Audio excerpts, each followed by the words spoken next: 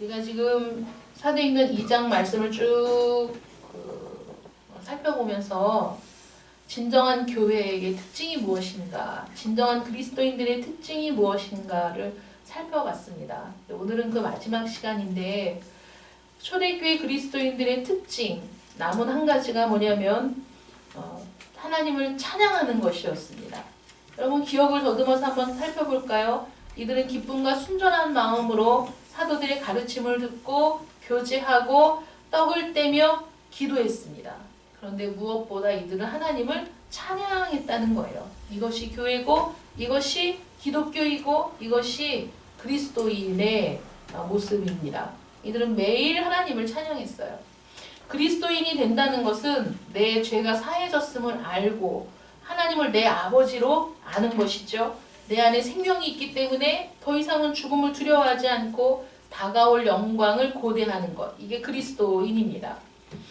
초대교회 그리스도인들은 사도들의 가르침을 간절히 알기 원했는데 가르침에 관심이 있다고 해서 그리스도인이냐? 아닐 수 있다는 거죠.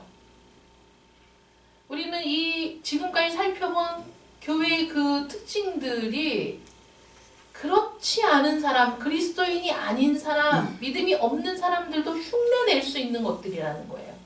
마귀들은 얼마든지 위조품을 만들어내기 때문에 여러분 아시죠? 알곡 사이에 가라지를 심었는데 가라지는 더 알곡 같은 거예요. 구별하기가 쉽지 않습니다. 그래서 가라지를 뽑는다고 뽑다가 알곡까지 다치니까 내버려 두어라. 그래서 교회는 언제나 가짜가 섞여 있는 거예요. 내가 정말 진정한 그리스도인인가? 내가 정말 하나님을 믿는 사람인가?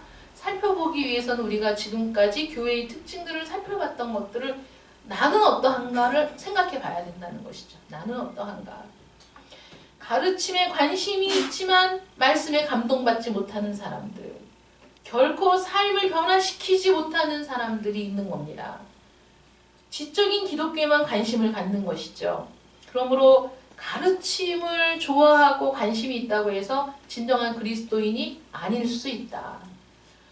또 초대교회 그리스도인들은 지속적으로 사도들과 교제를 했는데 이것이 하나님의 사람들과 교제하는 걸 즐거워한다고 해서 그것이 또 진정한 그리스도인인가? 아닐 수도 있다. 왜냐하면 얼마든지 마귀는 위조품을 만들어내고 위장할 수 있어요. 아니 세상에 저 사람이 저럴 수가 있어? 나는 이때까지 저 사람이 정말 신실한 사람인 줄 알았는데 하고 그냥 뻥 나가 떨어지게 되는 일들이 왜 일어납니까? 모조품들이 있기 때문이에요.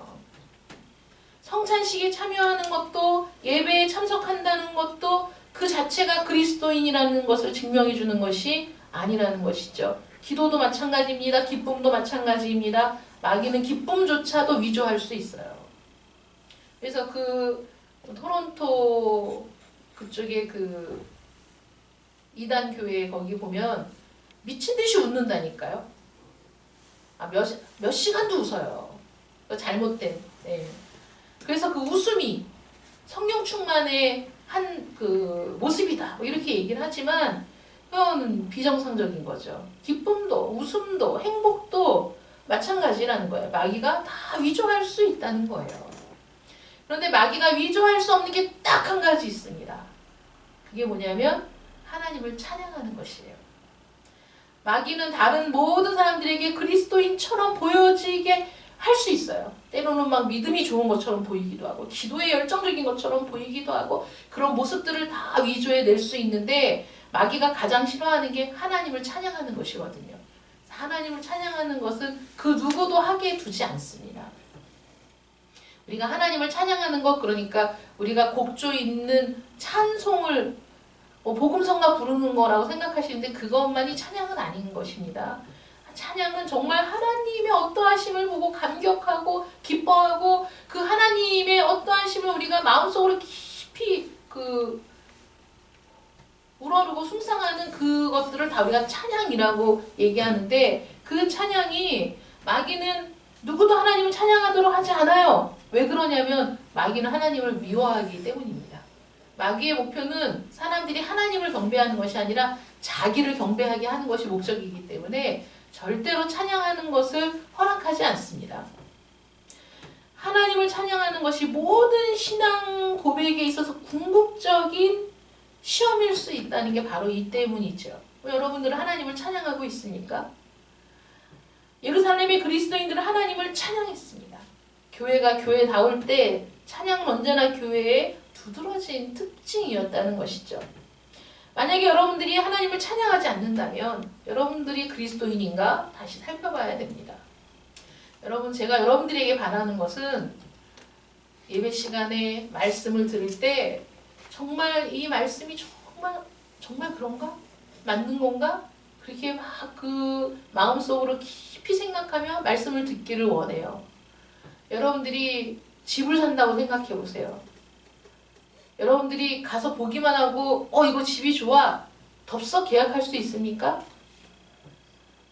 여러분들은 아마 몇 날 며칠을 생각하고 알아보고 정말 이거 적정한 가격인지 정말 이게 괜찮은 집인지 하자가 있는지 없는지를 꼼꼼히 살피면서 아마 한편으로는 불안한 마음을 가지고 한편으로는 기대를 가지고 끊임없이 점검한 뒤에 아마 집을 계약을 할 거예요. 여러분들이 옷 하나를 사도 아마 여러분들은 끊임없이 살펴보고 입어보고 어울리는지 어울리지 않는지를 아마 따져보고 그렇게 구입할 거예요. 왜냐하면 내가 그 막대한 돈과 또는 시간을 들여서 구입한 그 가치가 크면 클수록 후회하고 싶지 않기 때문에 내가 잘못된 선택을 하고 싶지 않기 때문에 끊임없이 여러분들은 고민하고 생각을 할 거라는 것이죠. 그런데 우리는 정말 중요한 일에 있어서는 고민을 하지 않는 것 같아요. 영원한 생명이 있는데 어떻게 하면 영원한 생명에 들어갈 것인가에 대해서는 여러분들이 고민하지 않는다는 것이죠. 왜냐하면 우리의 눈은 이 땅을 향해 있고 이 세상에서의 삶에만 집중되어 있기 때문에 영원한 생명에 대해서는 생각하지 않아요. 근데 여러분 정말 중요한 게 무엇이겠어요? 영원한 생명이죠. 여러분들은 나이를 먹을수록 점점 세월이 빠르다고 노래처럼 얘기할 거예요. 입버릇처럼. 야, 세월이 빠르다. 벌써 한 달이 지나고 벌써 1년이 지나고 벌써 내가 나이가 이렇게 되었네.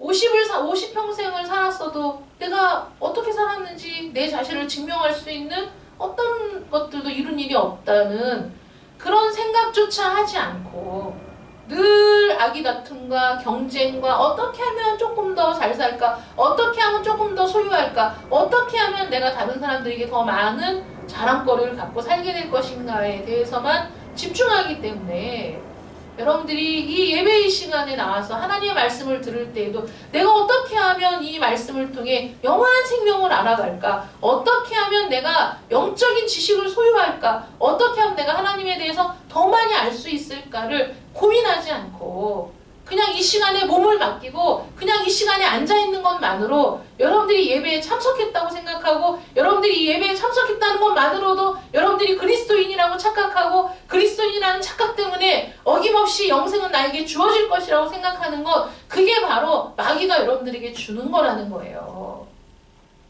여러분 생각해봐야 돼요. 고민해야 됩니다. 영생이 무엇인지, 나는 영생을 소유했는지, 과연 하나님의 말씀대로 이루어지는 것인지 고민하고 생각할 때, 그렇게 말씀을 묵상할 때 내 삶 가운데에서 일하시는 하나님을 만나게 됐을 때 우리는 자연히 우리 속에서부터 경탄이 나오고 하나님을 찬양하게 되는 것이죠. 하나님의 일하심을 볼 때 우리 입에서는 자연적으로 찬송이 나올 수밖에 없다는 거예요.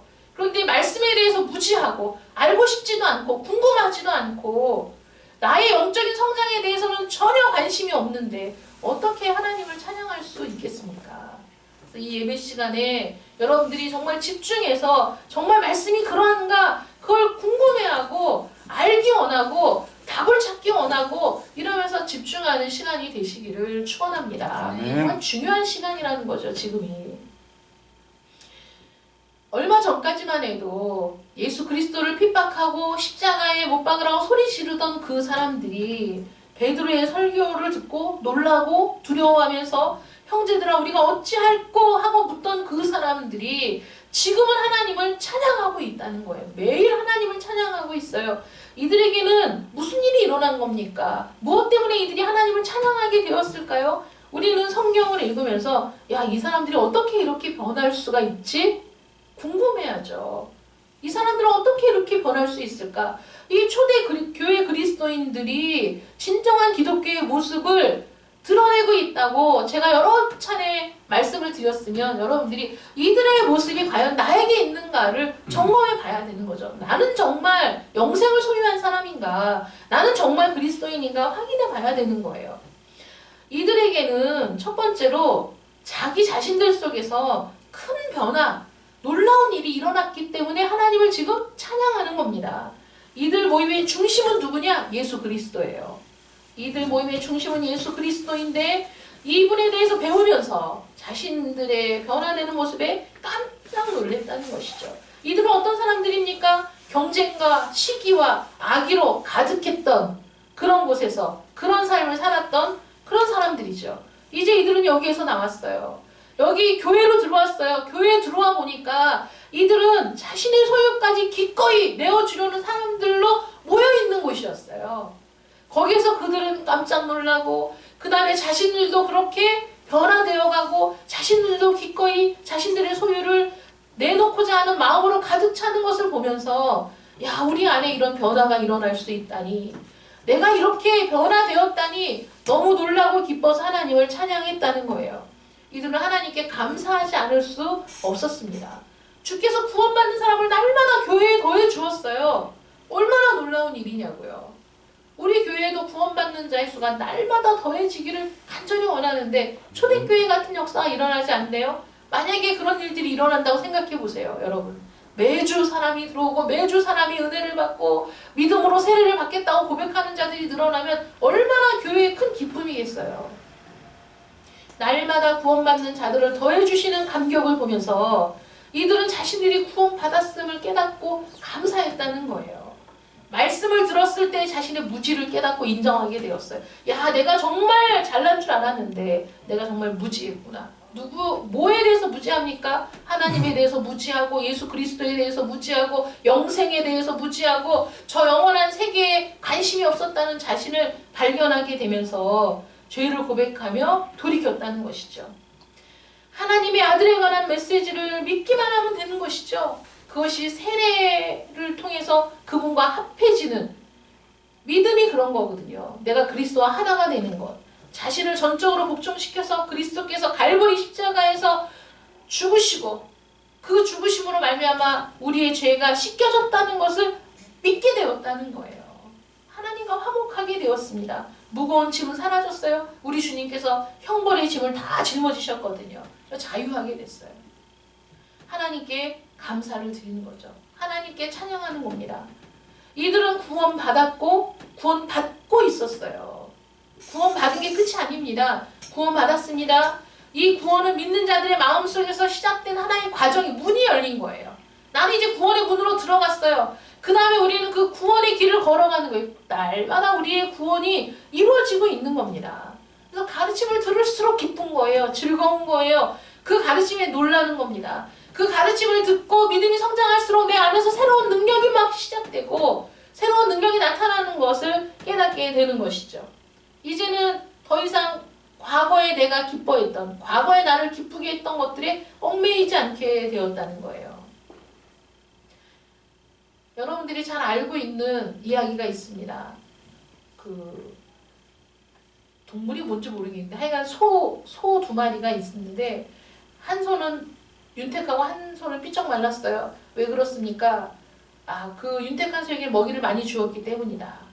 우리 마음에도 두 마음이 있는데 어느 쪽에 우리가 먹이를 주느냐에 따라서 그쪽이 더 윤택해지고 살찌고 풍성해지고 먹이를 주지 않는 쪽은 파리해서 말라간다. 이 얘기를 너무 자주 들었고 알고 있던 이야기였어요. 근데 제가 그 이야기를 쭉 계속 얘기가 떠오르는 거예요. 그래서 그 얘기를 묵상하다 보니까 그 의미가 뭐겠어요? 먹이를 준다는 게 뭘까요, 여러분? 먹이를 준다는 게 무슨 의미입니까? 내가 하나님을 사랑하는 마음, 하나님을 찾고자 하는 마음에 먹이를 더 준다는 건 어떤 의미죠? 어떤 게 먹이를 더 주는 겁니까? 여러분, 계속 생각하는 거. 네. 그 음란물에 빠진 사람들은 거기서 헤어나오지를 못한대요. 끊임없이 새로운 음란물을 찾고 또 보고 이런다는 것이죠. 여러분, 먹이를 준다는 건 내 시간을 거기에 드리는 거예요. 내 시간을. 내가 성경을 읽고 기도하는 시간에 내 시간을 사용하면 사용할수록 그쪽은 윤택해지고 점점 풍성해지는 거예요. 그러면 내가 관심을 갖고 관심을 갖고 시간을 갖는 부분이 아닌 다른 부분은 약해질 수밖에 없는 거거든요. 그런데 음란물에 중독된 사람은 계속 그걸 찾고 또 보고 새로운 것이 있는지 막 확인하고 그러다 보니까 그쪽으로 마음이 커지는 거예요. 다른 생각이 안 나는 거예요. 우리는 죄를 생각하면 생각할수록 죄의 영역이 커지는 것이고 하나님을 생각하면 생각할수록 그 영역이 커지는 거예요. 내 시간을 어디에다 주느냐. 그것이 먹이를 주는 것이라는 거예요. 내 시간을 어디에다 주느냐. 여러분, 시간을 어디에다 주고 있습니까? 일주일에 한 번 예배를 드리는 이 시간조차도 말씀에 집중하지 않는다면 여러분들은 평소 한 주간의 시간을 하나님께 집중하고 있다고 말할 수 있느냐 이거예요. 말할 수 없는 겁니다. 이 한 시간이 여러분들의 일주일을 보여주고 있는 거예요. 이 한 시간이 여러분들이 일주일의 시간을 어떻게 사용하는지를 충분히 드러내주고 있다니까요. 이 사도행전 2장의 말씀이 내가 진정한 그리스도인인가를 점검할 수 있는 그런 기준이 된다면 이 한 시간은 여러분들이 일주일을 어떻게 보내는지 보여주는 좌표가 된다는 거죠. 지금 이들은 구원을 받고 있었어요. 이들은 하나님의 말씀에 매료되었고 그 기쁨 속에 살았기 때문에 이전에 자신들에게 행복을 주던 이전에 자기들이 관심을 가졌던 것들은 점점 멀어지게 됐다고요. 관심이 없어지게 됐어요. 그들은 새로운 기쁨에 충만했거든요. 그것을 자신의 마음을 쏟았고 시간을 쏟았어요. 매일 여러분, 매일 교제하고 매일 말씀을 듣고 매일 하나님을 찬양하고 그런 삶이 지속되는데 이전에 하나님과 깊이 그 관계를 갖지 않았던 하나님의 말씀에 깊이 들어가지 않았던 때 내 삶을 지배했었던 것들은 더 이상 나에게 효력을 발휘할 수 없게 된 거죠. 힘을 발휘할 수 없게 됐어요. 인생관이 완전히 달라졌습니다. 이제 이 사람들은 영원한 본향을 향해 나아가는 영원한 순례자라는 사실을 깨닫게 됐어요. 나는 그 순례의 길을 들어서서 이제 저 영원한 본향을 향해 나는 순례의 길을 걷고 있는 사람이라는 거예요. 얼마나 큰 변화입니까? 그러므로 그들은 나는 이 땅에서 영원히 사는 것이 아니라 나는 이제 순례의 길을 시작했어. 나는 구원받았고 나는 지금 구원의 길을 걷고 있어. 라는 사실을 확실히 알았기 때문에 자신의 소유를 기꺼이 내어줄 수도 있었고 그들은 날마다 모이기에 힘을 쏟을 수 있었다는 것이죠. 하루 종일 노예 생활로 피곤에 쪄들어서도 밤이면 교회에 나와서 그 모임에 함께하고 기도하고 찬양하는 것이 그들의 피곤을 회복하는 그들의 이 복잡하고 고단한 이 일상의 삶을 다시 회복해 되는 그런 시간들이 바로 이 그리스도인과의 교제였고 기도였고 찬양이었고 말씀을 듣는 일이었다는 거예요. 이들은 하나님을 찬양했고 미래를 기다리게 되었다는 것이죠. 여러분, 이 생이 유일한 삶이 아니에요.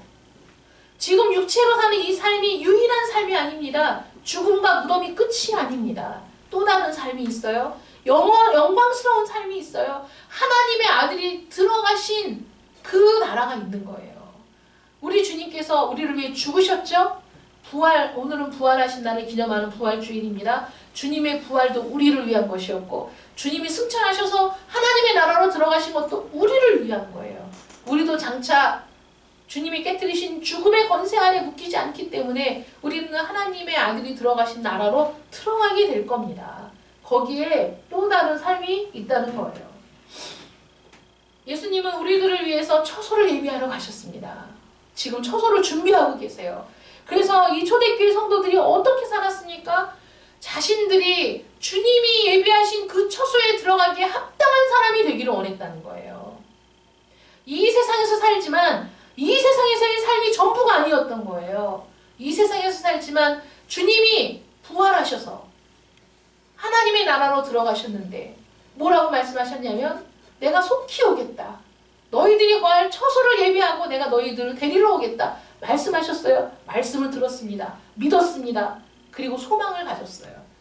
우리 주님이, 사랑하는 우리 주님이 우리가 영원히 거할 그곳에 나의 처소를 예비하고 계시는데 나는 그 기업을 받기에 합당한 사람이 되어야지 이렇게 생각했다는 거예요.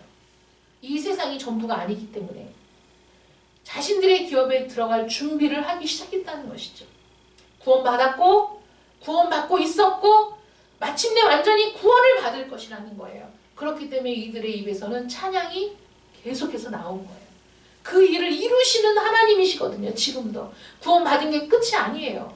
죽어서 저 천국에 가는 것이 끝이 아니에요. 지금 현재 나의 삶 가운데 주님이 함께 하시고 나를 인도하시고 나를 도우시고 나를 인도해 가고 가시는 과정들을 이들이 분명히 보았기 때문에 날마다 하나님을 찬양했다는 것이죠. 두 번째로 이들이 찬양한 이유는 이겁니다. 자신들 속에 일어나는 놀라운 변화가 내 힘과 능력으로 된 것이 아니라 하나님의 자비와 긍휼과 은혜로 된 것이라는 것을 깨달았기 때문에 하나님을 찬양한 거예요. 이것이 참 기독교와 거짓 기독교를 구분하는 잣대가 되는 겁니다. 여러분 보십시오. 자신이 선하게 살기 때문에 그리스도인이라고 생각하는 사람은 하나님을 찬양하지 않습니다. 찬양의 대상이 누구입니까? 내 자신입니다.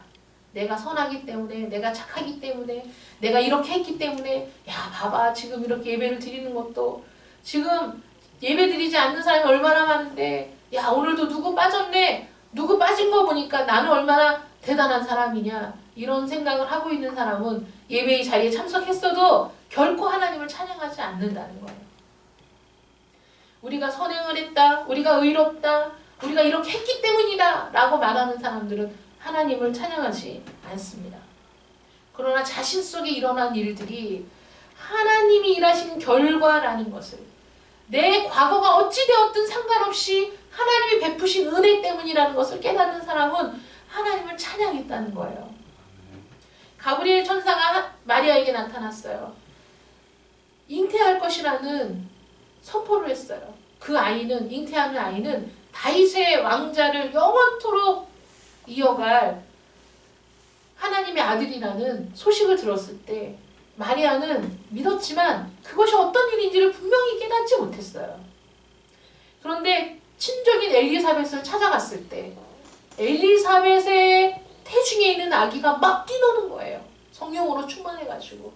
왜냐하면 엘리사벳이 그 입으로 얘기했잖아요. 내 주를 배웠다. 마리아의 태중에 있는 아기가 나의 주님이라는 고백을 한 거거든요. 그 상황 속에서 마리아가 어떻게 했는지 아십니까? 이렇게 얘기했어요. 내 영혼이 주를 찬양하며 내 마음이 하나님 내 구주를 기뻐하였으면 하고 하나님을 즉시 찬양하기 시작하거든요. 그 놀라운 일 앞에서 하나님이 하시는 일이구나 깨닫게 되었을 때 찬양했다는 거예요. 하나님께서 이 모든 일을 행하셨기 때문이죠. 세례 요한의 아버지 사가랴, 우리가 마가복음을 쭉 묵상하면서 여러분 기억나시죠? 사가랴에게도 성전에 그 향을 사르러 들어갔을 때 천사를 만났어요.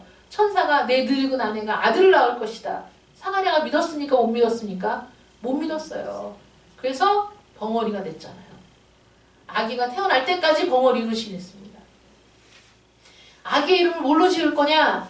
그래서 그 가문에 있던 이름들을 막 주워 섬길 때 엘리사벳이 아닙니다. 요한이라고 지을 겁니다. 아, 니네 집안에는 요한이란 이름이 없는데 사가랴가 쓰는 거 달라 그래갖고 뭐라고 썼냐면 요한이라고 썼죠. 그 순간에 입이 열렸어요. 그 혀가 풀렸을 때 그가 가장 먼저 한 말이 무엇입니까? 찬송하리로다 주 이스라엘의 하나님이여 그 백성을 돌아보사 속량하시며 라고 하나님을 찬양하거든요.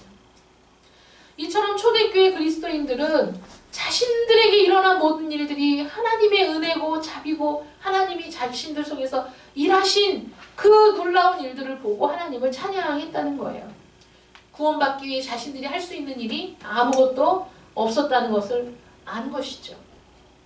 여전히 하나님과 스스로 관계를 맺을 수 있다고 생각하는 사람들은 그리스도인이 아닙니다. 이들이 이렇게 할 수 있었다면, 우리가 스스로 구원을 찾을 수 있었다면, 우리가 스스로 이 멸망의 길에서 벗어날 길을 알 수 있었다면 하나님이 당신의 독생자를 이 땅에 보내실 필요가 어디 있었겠습니까? 십자가의 죽으심과 부활이 무슨 필요가 있겠냐고요. 절대 아닌 것이죠. 에베소 2장 1절부터 3절 말씀에 그는 허물과 죄로 죽었던 너희를 살리셨도다. 그때 너희는 그 가운데서 행하여 이 세상 풍조를 따르고 공중의 권세 잡은 자를 따랐으니 곧 지금 불순종의 아들들 가운데서 역사하는 영이라. 전에는 우리도 다 그 가운데서 우리 육체의 욕심을 따라 지내며 육체와 마음이 원하는 것을 하여 다른 이들과 같이 본질상 진노의 자녀이었더니, 이게 우리의 고백이어야 한다는 것이죠. 내가 본질상 진노의 자녀였어. 난 정말 구원받기에는 소망이 아예 없던 그런 사람이었다라는 것이 우리의 고백이라는 거예요. 그게 찬양의 이유인 거예요. 그랬던 나를 살리셨다는 것이죠. 처음부터 끝까지 모두가 하나님이 하신 일이라는 거예요. 그러므로 세 번째, 이들이 하나님을 찬양한 이유는 이들에게 베푸신 하나님의 놀라운 구원의 방법 때문에 찬양했다는 거예요. 하나님은 존재하는 모든 것들의 창조자이십니다. 하나님은 이 모든 창조물들을 조성하신 분이시고 지금도 지탱하시는 분이시죠. 이 하나님께서 타락한 인간의 삶에 개입하셨어요. 아담과 하와를 위로하러 내려오셨고 또 구원의 길을 내사 홍수 가운데 죽어가는 가운데 한 가족을 구원하셨어요. 아브라함을 부르셔서 한 민족을 이루게 하셨고 그를 통해 일하시고 그에게 놀라운 계시를 보여주셨죠. 이 구약의 이야기들을 초대교회 성도들도 모두 다 알았어요. 그런데 그 다음에 더 놀라운 이야기들을 듣게 된 거예요. 그것이 하나님을 찬양하는 이유였는데, 그게 뭐냐면 하나님이 아들 예수 그리스도와 그분이 하신 모든 일들에 대해서 들었던 거예요. 하나님께서 영원한 사랑으로 사랑하신 그 아들, 영원한 사랑으로 사랑하신 그 아들을 우리를 위해 기꺼이 치시고 벌하셨다는 이야기를 들었어요. 그분은 죽어서 무덤에 장사되셨는데 하나님께서 그분을 다시 살리셨다는 말을 들었습니다. 여러분, 이 말이 사도들을 통해서 전파된 말이잖아요. 너희가 그를 십자가에 못 박아 죽게 했으나 하나님께서 그를 살리셨다는 것이죠. 그 부활에 대한 소식이야말로 이들의 심장을 뛰게 하고 그 부활에 대한 소식이야말로 이들이 영원한 미래를 바라보게 되는 믿음의 근거가 되었다는 거예요. 아멘. 믿음이 없는 사람은 있을 수 없는 일이고 그거는 야 그딴 말이 어딨어, 죽은 사람이 어떻게 살아나 라고 얘기할 허무맹랑한 이야기고 있을 수 없는 이야기지만 믿음으로 받아들이는 자들에게는 그것이 곧 우리의 죽음과 우리의 부활과 그리고 그 다음에 우리가 들어갈 영원한 나라를 바라보게 되는 참된 소망이 된다는 것이죠. 하나님께서 예수님을 다시 살리셔서 우리 주님은 하나님 보좌 우편에 영원토록 지금 좌정해 계십니다. 놀라운 소식이죠.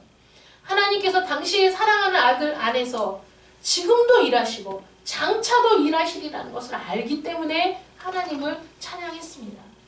교회는 단순히 그리스도의 보혈로 구속받은 사람들의 모임으로 그치는 것이 아니라 하나님의 나라가 이제 새롭게 시작이 되는 거예요. 교회는 택함받은 자의 충만한 수가 차기까지 성장해 나갈 겁니다. 아직 충만한 수가 차지 않아서 주님이 오시지 않는 거예요. 교회 안에 하나님께서 예정하신 충만한 수가 차면, 교회가 채워지면 주님이 다시 이 땅에 오십니다.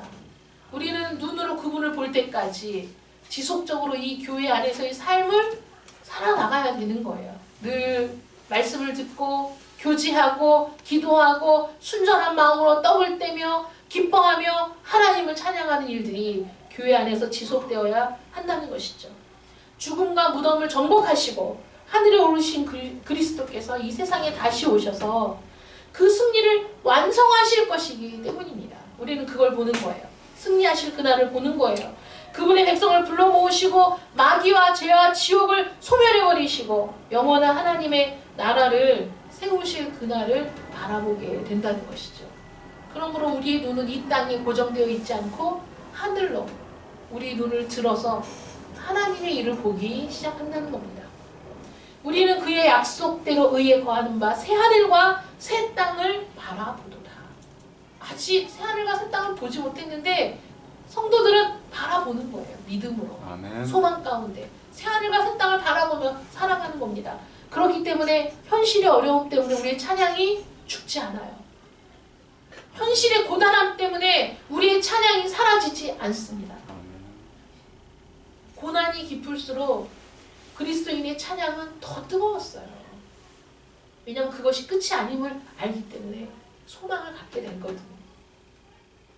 이 모든 일들을 이해하기 시작했고 자신들이 지금 어떤 자리에 있는지를 알게 되었고 그래서 우리가 무슨 일을 해야 될지를 알게 되었기 때문에 그들이 할 수 있는 일은 하나님을 찬양하는 일이었다는 것이죠. 이들처럼 이 초대교회 그리스도인들처럼 이것들에 대해서 알기 시작한 사람은 하나님을 찬양할 수밖에 없다는 거예요. 마지막으로 이들이 하나님을 찬양한 이유는 그렇게 말씀을 듣고 하나님이 하신 일에 대해서 그 놀라운 구원에 대해서 그 놀라운 구원을 이루기 위해 이 땅에 오신 우리 주님에 대해서 주님이 어떻게 죽으시고 어떻게 고난받으시고 그리고 어떻게 죽음의 권세를 깨뜨렸는지에 대해서 그리고 그 주님이 지금 부활하셔서 하나님의 나라에 들어가서 우리의 처소를 예비하고 계시다는 그 말씀을 들었을 때 하나님의 놀라운 영광스러운 존재가 보여지기 시작했다는 거예요. 하나님 찬양받으시기 합당하신 분이라는 사실을 깨닫게 되었어요.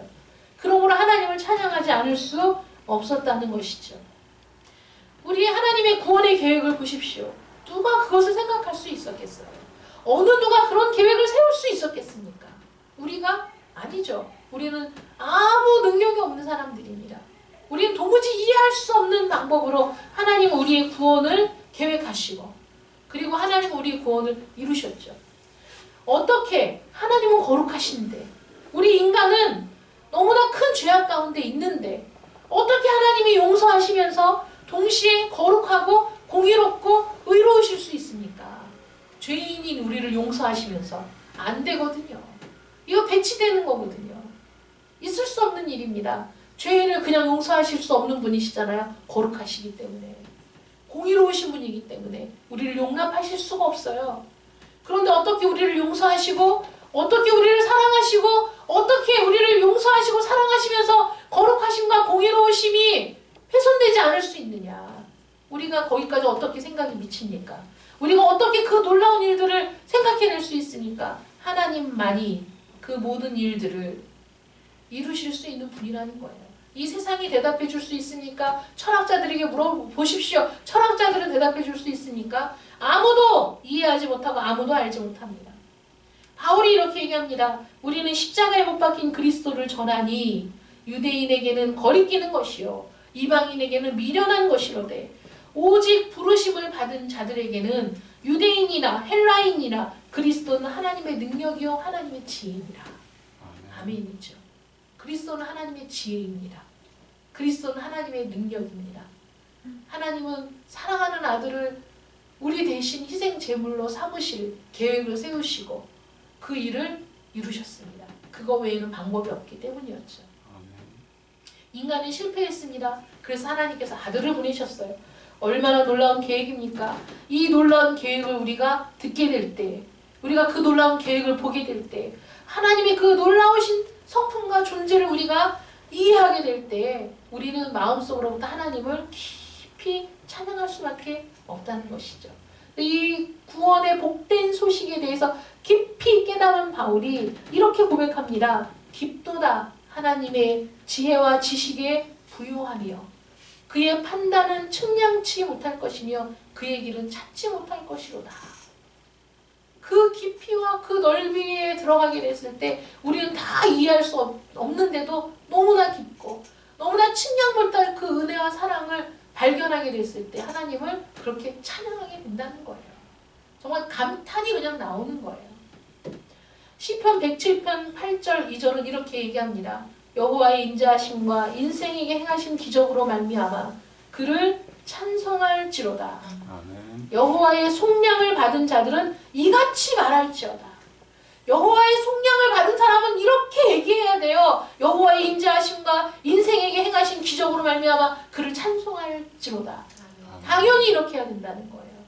그 놀라우신 속량을 받은 사람은, 그 구원이 어떠함을 알게 된 사람은, 그 구원이 지금 현재의 구원이 아니라 나는 구원 받았고 구원받고 있고 마침내는 완전한 구원에 이르게 될 것이라는 소망을 갖게 된 자들마다 하나님을 찬양할 수밖에 없다는 것이죠. 하나님의 이 놀라운 구원의 계획은 우리 주 예수 그리스도를 통해서 성취되었습니다. 주님께서 이 땅에 오셨고 우리 주님께서 친히 그 몸을 십자가에 내어주심으로 고난 받으시고 죽으셨습니다. 그것이 끝이 아니었죠. 만약에 그것이 끝이었다면 우리도 이 생이 유일한 생이었을 텐데 아닌 거예요. 무덤을 깨치고 죽음의 권세를 깨뜨리고 부활하셨습니다. 그 부활은 우리에게 동일하게 적용되죠. 왜 그렇습니까? 우린 주님과 한 몸이기 때문이죠. 우린 주님과 하나이기 때문입니다. 우리는 주님의 그 부활에 우리도 동참해서 부활할 줄로 믿으시기 바랍니다. 아멘. 그 부활을 믿을 때 우리에게는 영원한 하나님의 나라에 대해서 생각하게 되는 거예요. 소망을 갖게 되는 거예요. 주님이 장차 우리를 부르러 오실 때 우리는 이제 그 나라에 들어가겠구나. 하나님의 사랑의 아들이 들어간 그 나라로 우리도 들어가겠구나. 우리가 믿을 수 있게 되는 것이죠. 여러분들을 너무나 사랑하셔서 여러분들을 너무너무 사랑하셔서 독생자를 보내시고 여러분들을 위해서 그 아들을 십자가에 죽게 하신 하나님, 여러분들을 의롭게 하기 위해서 죽은 자 가운데서 다시 살아나셨고 지금도 여러분들을 위해서 하나님 보좌 우편에서 끊임없이 중보하고 계신 그리스도를 찬양하고 있습니까? 여러분 즐거워하고 있습니까? 기뻐하고 있습니까? 여러분들 이것을 믿고 있습니까? 이것을 확신하고 있습니까? 그렇다면 여러분들은 하나님을 찬양하지 않을 수 없습니다. 기도하겠습니다. 사랑의 하나님 감사합니다. 깊도다 하나님의 지혜와 지식에 부유하며 그의 판단은 측량치 못할 것이며 그의 길은 찾지 못할 것이로다. 우리가 하나님을 알면 알수록 우리가 그리스도에 대해서 배우면 배울수록 그 깊이와 넓이가 어떠함을 우리가 경험하게 될수록 우리의 입에서 이러한 찬양이 나오게 됩니다. 우리의 입에서 하나님을 끊임없이 찬양하고 기뻐하면서 하나님이 우리를 위해 하신 모든 일들을 즐거워하는 저희들이 되게 하여 주시옵소서. 우리 주님께서 우리를 위해 죽으셨고 우리를 위해 다시 살아나셨습니다. 전적으로 하나님이 하신 일이며 전적으로 하나님께서 우리를 사랑하시기 때문에 베푸신 은혜입니다. 그러므로 이 부활의 기쁨을 우리가 영원토록 즐거워하고 찬미하며 다시 오실 주님을 바라보며 기다리는 저희들 되게 하여 주시옵시고 아멘. 그 주님이 우리의 주님 되시기 때문에 어떠한 어려움과 어떠한 슬픔 가운데에서도 하나님이 하신 일들을 볼 수 있는 눈을 열어주시고 하나님이 행하신 모든 일들을 믿음으로 바라볼 수 있는 은혜를 더하여 주시옵소서. 아멘. 우리를 구원하신 하나님을 찬양하며 예수님의 이름으로 기도드립니다. 아멘.